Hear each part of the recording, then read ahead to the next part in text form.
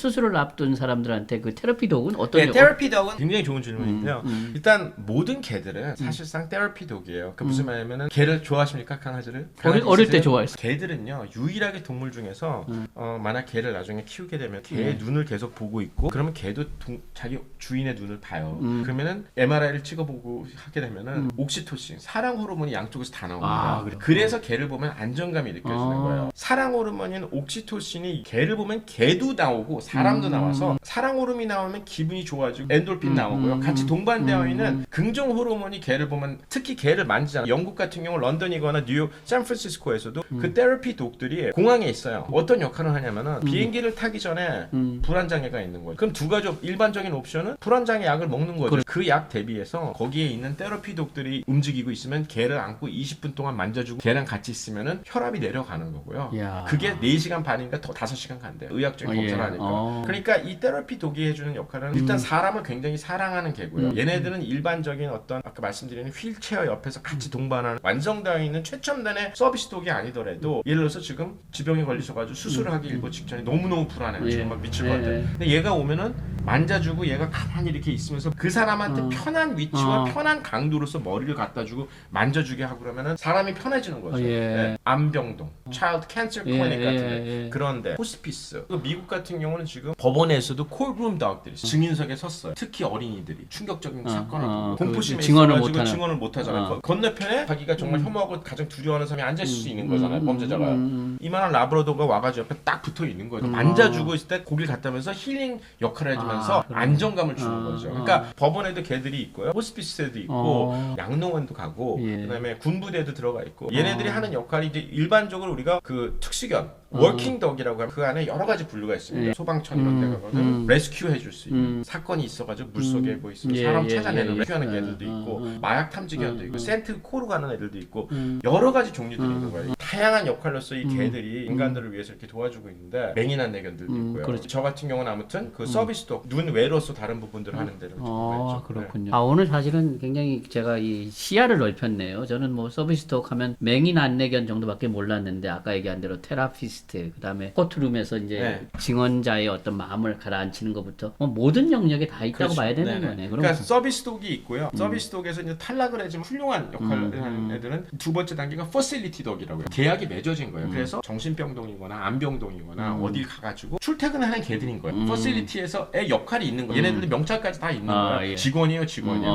그렇게 되고 그 다음에 밑에 3단계가 자원봉사자들이 특히 테라피 그룹이 형성이 돼가지고 이런 데서 일하는 이모셔널 테라피 덕. 이 서비스 덕도 그 역할을 할 수가 있지만 얘네들의 테라피 덕들은 어떤 애들보다도 사람을 좋아하는 애들이에요. 온기를 주는 애들. 특별한 기능들은 서비스 덕 같이 많이 알지 못하더라도 그런 거고요. 퍼실리티 덕은 서비스 덕은 전 세계 어디나 다가 출입할 수가 있는데 식당을 가고 병원을 가고 경찰서를 가고 얘네들을 출입을 미국에서 못 시키면 불법입니다. 하지만 서비스 독은 그걸 할 수 있어도 민간 반응을 보일 수가 없지만 만에 하나 예를 들어서 식당에 들어갔는데 밖에 나가가지고 뭐 저기서 접시 소리에 민간 반응을 보인다든지 그러면 서비스 독이 여건이 안 되거든요. 그럼 걔네들은 보호자가 있으면서 출퇴근을 하면서 그 시선 안에서만 펑션하는 게 퍼실리티 독이에요. 그러니까 그다음에 그 밑에 아까 이모셔널 테라피도 맞습니다. 이제 전문가 되셨네요. 아니요. 그러니까 일반적인 K9하고는 전투부대에서 쓰는 K9 경찰견들하고는 다른 거죠. 나쁜 사람을 잡아내는 그런 K9하고는 얘네들 역할이 다른 거죠. 근데 어쨌든 우리가 많이 보는 지금 SRT나 뭐 이런 데서 폭발물 탐지견은 서비스인가요? 퍼실리티 독인가요? 거기는 서비스 독도 아니고요. 퍼실리티 독도 아닌 거. 어떻게 보면 걔네들은 또 특화되어 있는 겁니다. 그냥 워킹 덕 안에 걔네들은 센트 디텍션 독이라고 해서 따로 있는 거죠.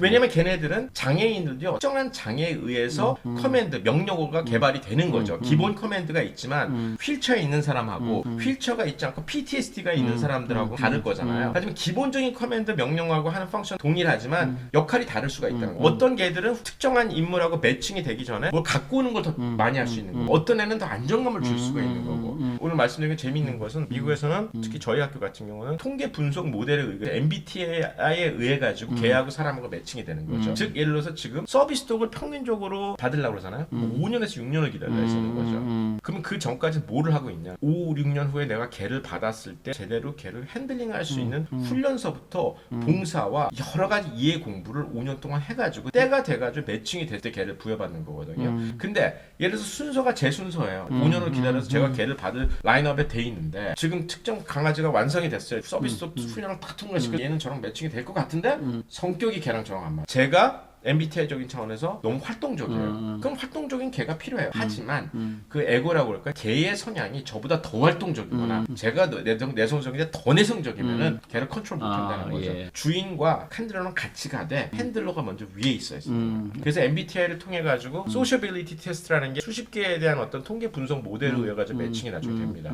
그리고 개를 구여받을 때는 나중에 비용은 발생이 되지 않지만 개랑 같이 잘 살 수 있는 안전 장치거나 재무적인 거, 예, 환경적인 거 오케이. 집안까지 다 가가지고 검사까지 이 개를 제대로 케어할 수 있는지 개가 행복한 삶을 살 수 있는지 이런 부분들에는 굉장히 그 구체적이고 엄격한 심사를 통해야지만 서비스 쪽을 부여받을 수가 있어요. 어쨌든 얘기를 들어보면은 이제 미국 사회 곳곳에서 개들이 역할을 하고 사실은 인티그레이트 돼 있다라고 얘기할 수 있을 것 같은데 그럼 미국 사회 내지는 도시에서 개에 대한 배려들이 이런 것들 정말 배려가 있다라고 느끼시는 부분들이 어떤 부분들이 있나요? 정책적이나 제도적으로? 일단은 아주 좋은 질문을 또 하신 것 같은데 미국에선 제가 이제 수업 받는 것 중에 하나 중에서 되게 재미있었습니다. 의미 있던 게 변호사가 와서 가르쳐요. 로를 배워요. dog law를 배워요. 클래스 이름이 dog law예요. 주마다 로가 다르잖아요. 법이. 그렇죠. 특히 뉴욕 로하고 뭐 캘리포니아하고 다른 부분이 있고 공통점도 있죠. 다른 부분이 있는데요. 그 안에서 애니멀을 대하는 로가 있고 그 안에서도 개를 대하는 로가 따로 있는 거예요. 그 안에서 가축을 대하는 거와 동물 개에서 개를 학대했을 때 학대 기준서부터 많이 다르죠. 대한민국. 그래서 간략한 예를 들면은 뭐 미국만이 아니고 독일하고 유럽 같은 경우에는 개를 하루에 몇 시간 이상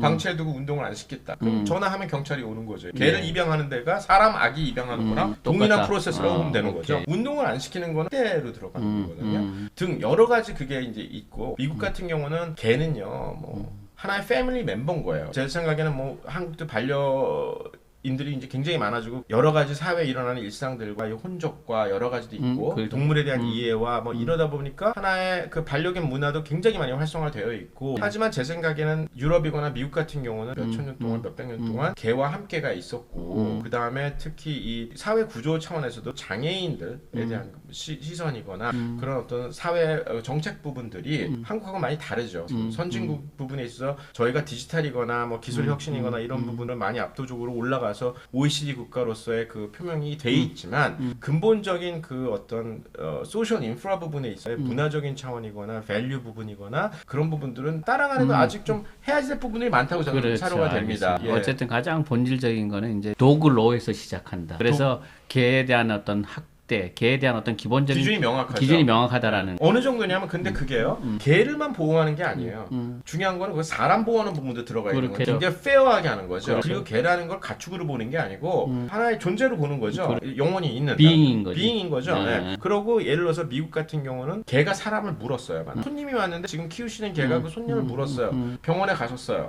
신고를 해야 되는 거예요. 독 바이트라고요. 그러면은요 요만큼 물었건 이만큼 물었건 애니멀 컨트롤이라고 해서 정부 차원에서 기관에서 동물한테 물린 사고 났을 때 그 기관에서 가정 방문을 합니다. 가정 방문을 해서 이 개가 또 물아인지 안 물아인지 그 판단을 해가지고 얘를 추방을 시켜야 될 것인지 이게 어떻게 할 것인지 조치를 이런 부분들에 대한 절차가 걸쳐지는 거죠. 그냥 넘어가는 일이 없다라는 거죠 한마디로요. 아까 이제 뭐 저희가 이제 들어오기 전에 얘기했을 때 미국 같은 경우는 모든 호텔이나 카페나 이런 데 갔을 때 이제 도구가 먹을 어떤 물이라든가 뭐 바이트 할 수 있는 어떤 장난감 이런 것들이 항상 다 구비돼 있다 그랬었잖아요. 그죠? 한국에서 쉽게 못 보던 이런 것들은 좀 배려가 있다. 아니면 뭐 동네마다 어쨌든 도구 파크가 있다라든가 뭐 어떤 것도 있을까요? 도구 파크는 동네만 정도가 아니고 거의 캘리포니아 같은 경우 단지마다 있죠. 어린이 놀이터가 있으면 강아지 놀이터 옆에 있는 거고요. 도구 파크가 일단 우리 한국에 있는 기본적인 반려견 놀이터 개념이 아니고 진짜 파크 많았죠 거의요. 배려 부분에 있어서는 진짜 정말 깜짝 놀라는 게 캘리포니아 제가 소모나주에 살았었는데 거기 가면은 가게들이 있으면 가게에 커피숍이 됐건 서점이 됐건 강아지가 마실 수 있는 물그릇이 늘 있어요. 조그만 어떤 수버니어를 파는 가게가 됐건 그림을 파는 데 들어가더라도 사건 안 사건 그거 무관하게 강아지가 오면은 비스켓을 주고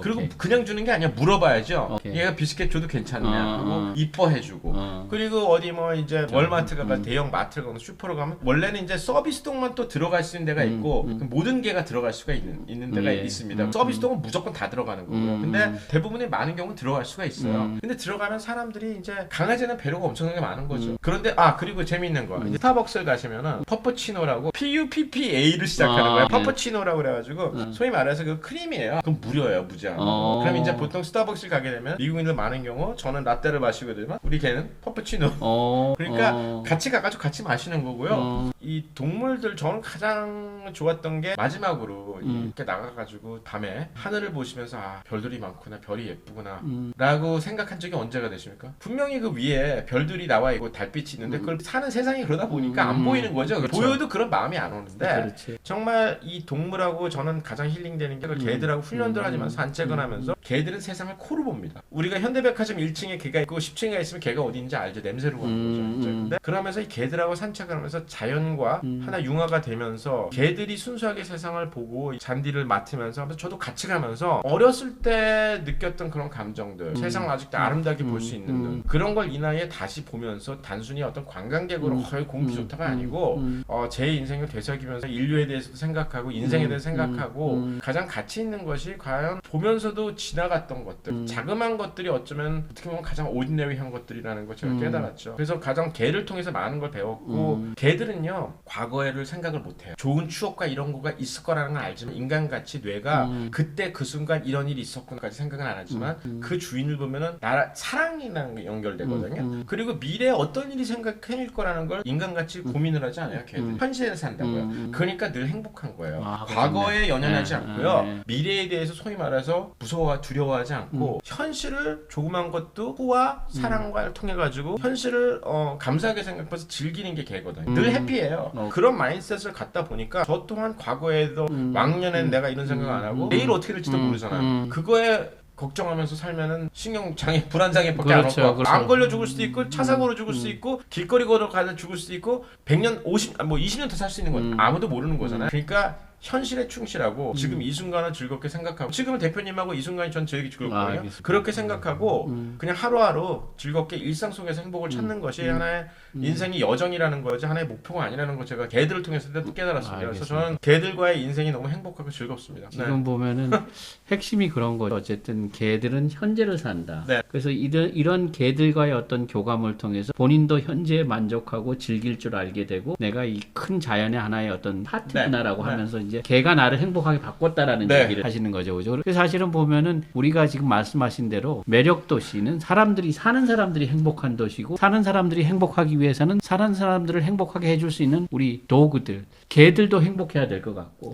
혹시 마지막으로 서울시에 대해서 개들이 행복하기 위해서 요거 하나만 해주세요. 뭐 이런 게 있을까요? 제 생각에는 이것 또한 굉장히 해야 될 게 되게 많죠. 하지만 제일 중요한 거는 나의 관점이 아닌 개의 관점에서 생각을 해가지고 내가 만약 개가 되면은 어떤 것이 나의 생활을 윤택하게 할 수 있는 거지 내가 개의 임자로서 우리 개가 행복할 거라는 기준이 아닌 도구의 관점에서 생각하고 기준을 잡는 그런 마인드셋을 갖는다는 게 중요할 거라고 생각합니다. 뭐 하나하나의 어떤 퍼실리티나 정책이나 이런 걸 떠나서 어쨌든 기본적인 관점 자체를 갖고 있는 개를 보는 개와 인간 간의 관계, 개라는 존재에 대한 보는 시각, 정책적인 부분, 법적인 부분들 그리고 같이 하나의 어떤 생태계로서 아까 지속적으로 생태계라고 말하는 에코시스템으로서 동물과 자연과 이 인간과 같이 살아나가는 이 사회에 있어서 하나의 사회의 일원으로서 개를 하나의 독립 존재, 자아로 인정을 하고 또 구성원으로서도 인정을 하고 사회 안에서의 개들과 어떻게 하면은 서로 상호 보완적으로 행복하게 살 수 있는지에 대한 어떤 그 관점